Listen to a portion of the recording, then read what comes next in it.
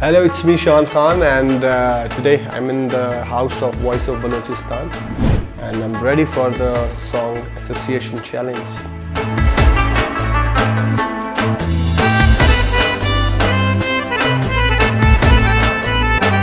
पहाड़ों की कसम का एक शेर है।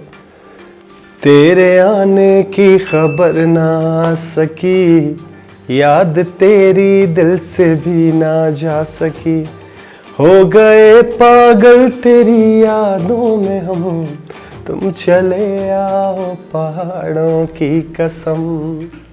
I think that's great. So Laila, yeah, it's called Kadam Ahista Laila.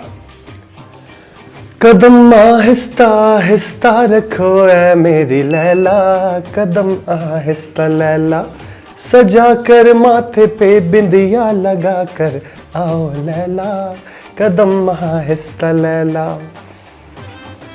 It's a bit tough. I don't remember the song with this word. धोखा धोखा धोखा. Sorry. It's one of Pashto song, Deewana Dekadam. It's I think like Deewana Dekadam, Deewana Dekadam, Deewana Dekadam, Deewana. I think it's Khamoshi, Khamoshi, Khamoshi, Khamoshi. Sorry, my bad. तपोस में वका कदराम पमा के गिनादाने, मड़ बशमा जड़ में खुगेगी, मड़ बशमा जड़ में खुगेगी. I think वतन, ये वतन तुम्हारा है, तुम हो पास बाइस के, ये चमन तुम्हारा है, तुम हो नगमा ख्वाइस के.